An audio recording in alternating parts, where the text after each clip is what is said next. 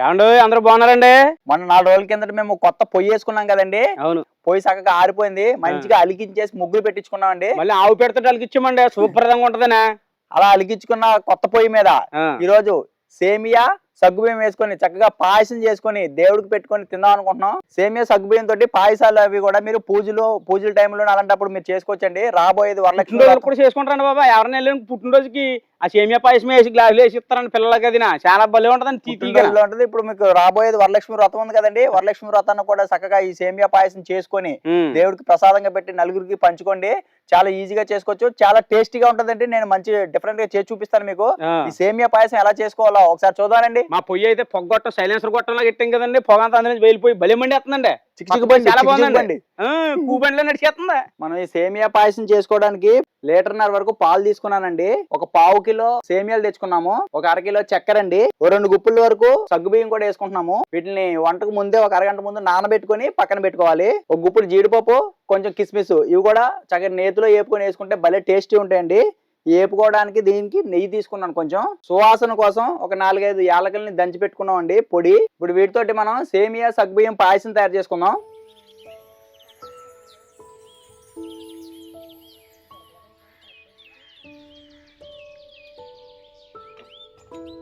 First పెనం పెట్టుకొని నెయ్యిలో జీడిపప్పు కిస్మిస్లు వేపుకుందామండి.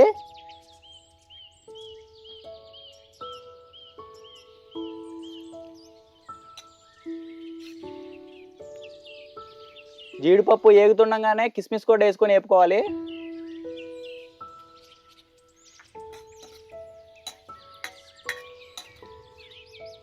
జీడిపప్పు ఏగిపోయిందండి, దింపేసుకుందాం.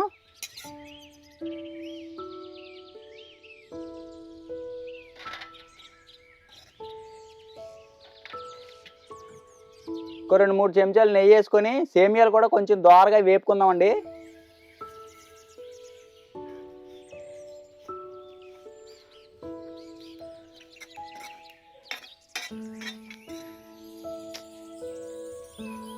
ఈ సేమియా కూడా దోరగా వేగిపోయిందండి, దింపేసుకుంటున్నాను. కొత్త కుండలో పాయసం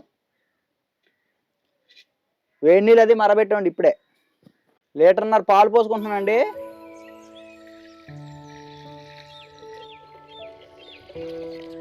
మూత పెట్టేసుకొని కాసేపు మరగనివ్వాలండి పాలు.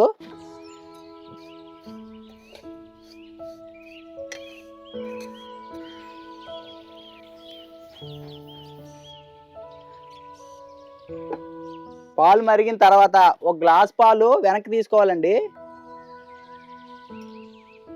ఇవి మనకి పాయసం మొత్తం తయారు చేసేసిన తర్వాత దింపేసుకున్న తర్వాత వేసుకుంటే ఈ పాలు గడ్డగట్టుకుంటూ ఉంటుందండి పాయసం. అందుకోసం పాలు కొన్ని వెనక్కి తీసుకోవాలి. ఇప్పుడు బాగా మరిగిన పాలల్లో ఇలా నానబెట్టుకున్న సగ్గుబియ్యం వేసి ఫస్ట్ ఉడికించుకోవాలండి.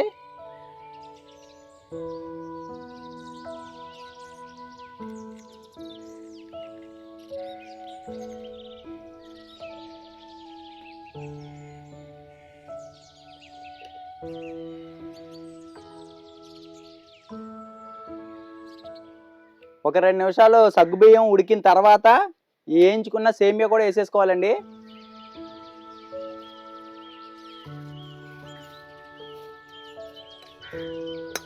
ఇప్పుడు ఈ సేమియా అంతా కూడా బాగా కలిపేసుకొని ఒక 5 నిమిషాల పాటు మూత పెట్టి ఉడికించుకోవాలండి.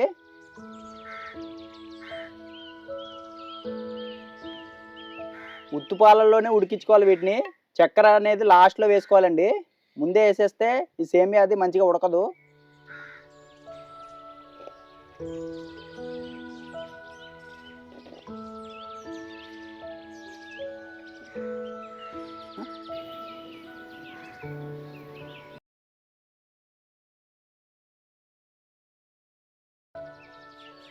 సేమియాలు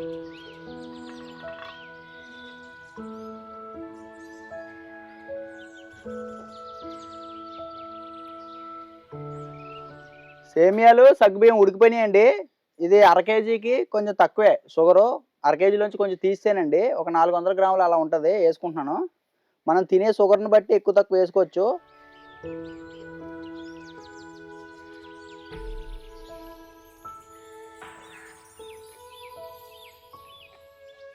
ఇప్పుడు దీంట్లోనే ఒక 4 యాలకుల్ని దంచి పొడి చేసి పెట్టుకున్నామండి. ఇది 4 యాలకులతో వచ్చిన పొడి కాదు, దీంట్లో కొంచెం షుగర్ వేసి దంచాను అనమాట. అందుకోసం ఇంత ఉంది క్వాంటిటీ. ఇది కూడా వేసేసుకుంటే మంచి పరిమళం వస్తుందండి. మంచి కలిపేద్దాం ఒకసారి.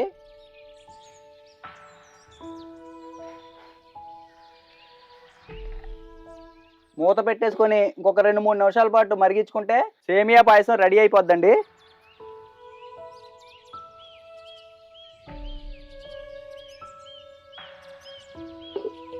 ఎందుకంటే ఒక 4-5 నిమిషాలకి చక్కగా ఉడికిపోతుందండి.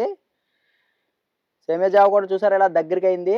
చిక్కగా ఉన్నాయన్నమాట. పాలు మంచి పాలు తీసుకున్నాను. మీరు అచ్చంగా 1.5 లీటర్ పాలు పోసుకోవచ్చు, కావాలనుకుంటే కొన్ని నీళ్లు కూడా పోసుకోవచ్చు అండి. ఇప్పుడు లాస్ట్లోని మనం ముందుగా వేయించి పెట్టుకున్న జీడిపప్పు కిస్మిస్లు అండి వేసేసుకొని దింపేసుకోవడమేగా.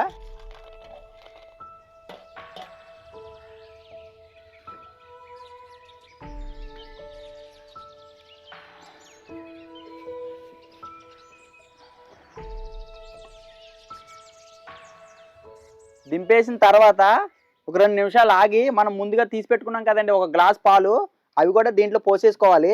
అలా పాలు పోసుకోవడం వల్ల చిక్కబడకుండా కొంచెం పలచగా ఉన్నట్టు ఉంటుందండి చల్లారిన తర్వాత కూడా. ఒకసారి ఇలా ట్రై చేసి చూడండి మీరు కూడా, చాలా బాగుంటుందండి. ఇప్పుడు ఈ గోరువెచ్చని పాలు దీంట్లో పోసేసుకుంటున్నానండి.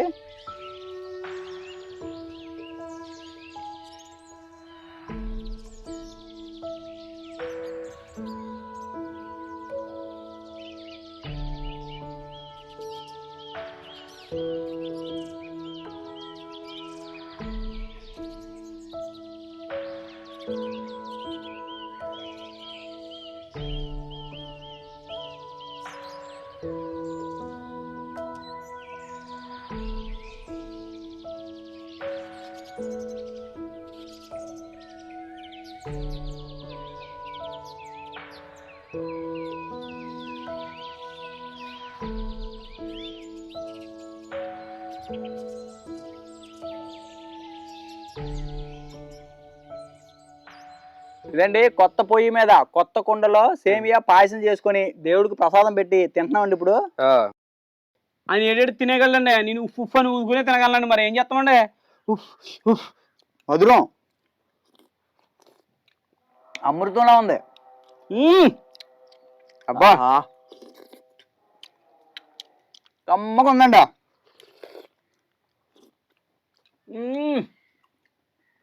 ఏం రుచి ఉందో అలానా? దాన్ని నిజంగా సేమియా పాయసం పెట్టారు కానీ సేమియా అమృతం పెట్టాల్సిందని బాబా, అంత బాగుంది రుచి. అబ్బా కాదండి, ఇలాంటి రుచి మీరు ఎప్పుడు తినుండ్రండి. ఎందుకంటే తినుండ్రనే వేరే అట్లేదు, కుండలో వండుకు తింటున్నాం ఎవరికో కానీ సాధ్యమవుతుంది కండి. మీరు శుభ్రంగా వండుకు తింటున్నాం, కమ్మటి రుచి వచ్చేసిందండి. పచ్చారిని ఎక్కువ తినండి మా బాగా మరి పీడి కొట్టేస్తున్నాడండి బాబు. ఇలా నువ్వు కాలిపోయింది, ఆగలేకపోతున్నాను.